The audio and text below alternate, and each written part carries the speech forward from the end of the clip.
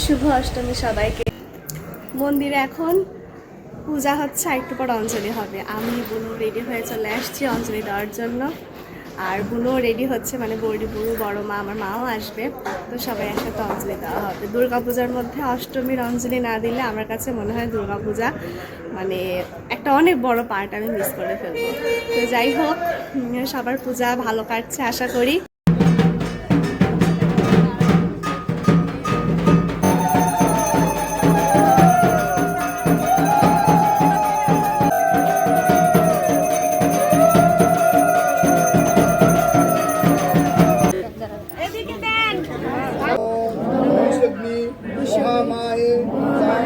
পুষ্পাঞ্জলি সর্বযজ্ঞ বিনাশন মহাঘোরায় যোগিনী পরিবিদ্যায় এসো সর্বকাল্য নমোনিত্য পুষ্পাঞ্জলি। বর্ণি বলো, আমরা কত ভিড় ভাট্টার মধ্যে অঞ্জলি দিছি, কই প্রচুর, অনেক ভিড়ের মধ্যে অঞ্জলি দিছি। তো যাই হোক, অঞ্জলি দেওয়া শেষ। ভাই কই? ভাই, তোমার অঞ্জলি দেওয়ার এক্সপিরিয়েন্স বলো। ভালোই। আমি তো অষ্টমীর অঞ্জলি দিয়েছি, আপনারা সবাই দিয়েছিলেন তো। Hello everyone, welcome to Trisha's diary. অষ্টমীর অঞ্জলি শেষ করে আমরা সপরিবারে রওনা দিয়েছিলাম ঈশ্বরদের উদ্দেশ্যে। আমার পিসিমাদেরও ঈশ্বরদের আসার কথা ছিল, তো ওদের আসতে দেরি হবে জন্য আমরা একটা চা স্টলে বসেছিলাম চা খাওয়ার জন্য। আমাদের মূল গন্তব্য ছিল ঈশ্বরদীর মৌবাড়ির পূজা দেখা। ওখানকার পূজা খুবই বিখ্যাত। এছাড়াও আমরা ঈশ্বরদীতে আরও কিছু পূজা মণ্ডপে ঘুরেছি। প্রথমেই আমি আপনাদের কাছে একটু ক্ষমা প্রার্থী, কারণ পূজার ব্লগগুলো হয়তো ঠিক সময় আমি আপলোড দিতে পারছি না, 2-3 দিন পরে আপলোড হচ্ছে। আসলে সময়ের কারণে আমি এই জিনিসগুলো ঠিকঠাক সময়ে রেডি করে আপলোড দিতে পারিনি। এখানে আপনারা যাদেরকে দেখছেন সবাই আমাদের ফ্যামিলি মেম্বার। আমার পিসি, পিসামশাই, আমার বিস্তাতো বোন, আমার জ্যাঠাতো বোন, আর আমরা বড় মারা সবাই তো ছিলই। একসাথে আমরা আনন্দ করে পূজা দেখতে গিয়েছিলাম। এই পূজা আসলেই সব থেকে ভালো যে জিনিসটা আমার কাছে লাগে সেটা হচ্ছে পরিবারের মানুষ একত্রিত হওয়া। পূজায় সবার ছুটি থাকে, সবাই চেষ্টা করে এক জায়গায় মিলিত হতে। পরিবারের মানুষ একসাথে গল্প করবে, আনন্দ করবে, এটার মধ্যে অন্যরকম একটা প্রশান্তি আছে। এই উৎসব অনুষ্ঠানগুলোর মধ্যেই আসলে পারিবারিক একটা মেলবন্ধন সৃষ্টি হয়।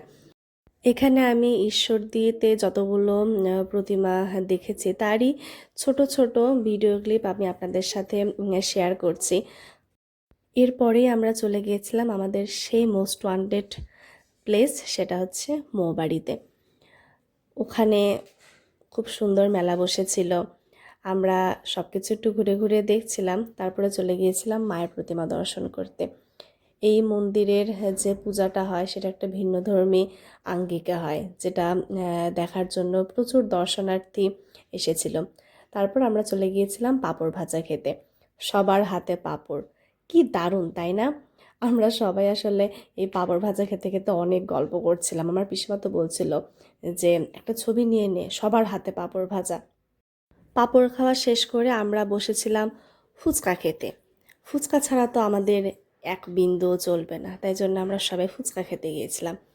আপনাদের সাথে আর একটা তথ্য শেয়ার করি, এই মৌবাড়িতে কিন্তু পাঠা বলি হয়। আমরা ফুচকা খেতে খেতে অনেক রকমের গল্প করছিলাম, আর আমি প্ল্যান করছিলাম যে ফুচকা খাওয়া শেষ করে আগে মেলায় ঘুরবো। মেলায় কিছু কিনি আর না কিনি, মেলা তো ঘুরতেই হবে। এরপরে আমার বোন আর একটা সুন্দর জিনিস কিনে নিয়ে এলো, সেটা হচ্ছে জিলাপি। মেলায় জিলাপি না খেলে মেলা দেখা অসম্পূর্ণ। তারপরে আমরা চলে গিয়েছিলাম পুরো মেলাটা ঘুরে দেখতে। আর আমি মেলায় গেলে এই সুন্দর সুন্দর ব্রেসলেট, চুড়ি, এগুলো তো দেখবই। আমার বোনরাও এগুলো দেখছিল, ওদের দুটো চুড়ির সেট খুব পছন্দ হয়েছিল, ওরা সেগুলো একটুখানি দেখে নিচ্ছিল। আমিও ওদের সাথে একটু সব কিছু ঘুরে ঘুরে দেখছিলাম আর কি। মেলা ঘোরা শেষ করে সবাইকে বিদায় জানিয়ে আমরা পাবনার পথে রওনা দিলাম, কারণ পাবনা ফিরেও আমাদের কিছু মন্দিরে ঘোরার প্ল্যান ছিল।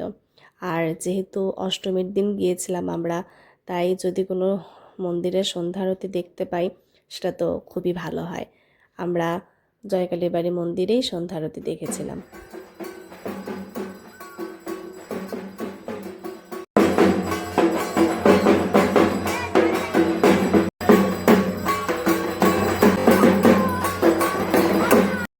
সন্ধ্যা আরতি শেষ করে আমরা পেট পুজো করার জন্য চলে গিয়েছিলাম কাশ্মীরিতে। অনেক টায়ার্ড ছিলাম আমরা, যেই জন্য আর বেশি মন্দিরে ঘুরিনি। অষ্টমীর ব্লগটা আপনাদের কেমন লাগলো অবশ্যই জানাবেন, আর নবমীর ব্লগটা কিন্তু খুব শীঘ্রই আসবে। ভালো থাকবেন আপনারা। বাই।